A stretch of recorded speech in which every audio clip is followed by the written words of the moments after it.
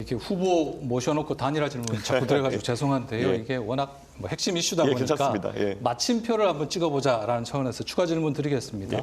지난 주말 유세에서 이번 선거는 내란 세력과 완전한 단절을 이뤄내야 되는 선거다라고 말씀을 하셨고, 물론 이제 내란이 가고 그렇다고 환란이 오면 그게 무슨 정치 교체냐고 해서 민주당도 동시에 비판을 하셨습니다만은 어쨌든 단일화 이슈와 관련해서 이 내란 세력과 완전한 단절이라는 말이 좀 의미심장하게 들렸습니다. 그리고 말씀하신 대로 오늘 아침에 당원들 11만 명이나 됐네요. 예, 이제 맞습니다. 당원들에게 대선 완주 메시지도 보내셨습니다. 그렇다면 이거를 지금의 김문수 후보, 또 김문수 후보를 뽑은 지금의 국민의힘과는 뭐 정치공학적이든 어떤 형식이든 단일화 논의, 단일화 가능성은 없다.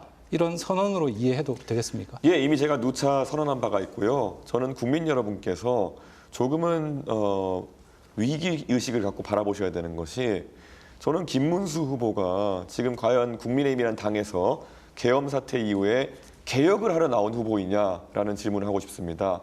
오히려 김문수 후보는 중간에 한덕수 총리님과의 단일화나 이런 걸 염두에 두고 밀어준 분들도 있겠지만은 국민의힘의 기득권을 유지하기 위해서 만들어진 후보입니다.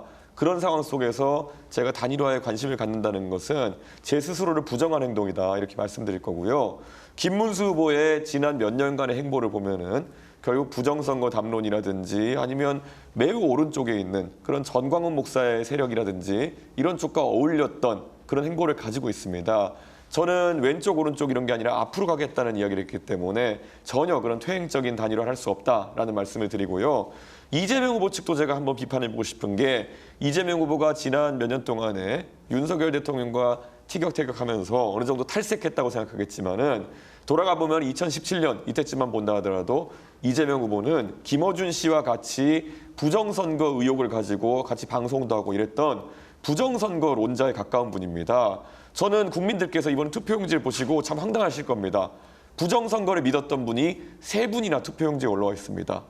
계엄에서도 자유롭고 부정선거와 같은 음모론에서도 자유롭고 파퓰리즘에서도 자유로운 저 이준석이 아마 유일한 선택지라는 것은 투표용지를 받아보시면 보이실 겁니다.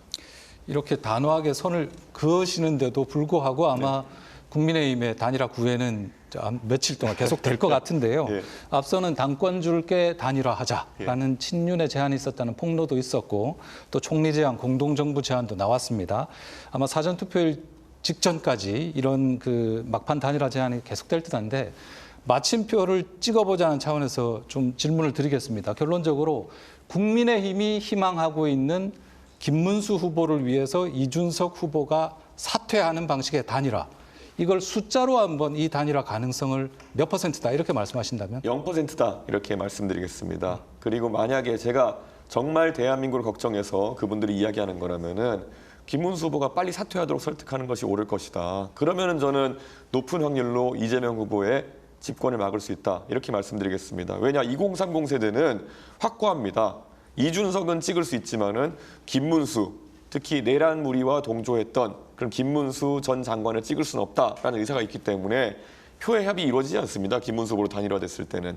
그렇기 때문에 김문수 후보가 자연스럽게 사퇴하고 투표용지에 이준석과 이재명의 대결로 간소화시키는 것이 유일한 방법일 것이다, 이렇게 말씀드립니다.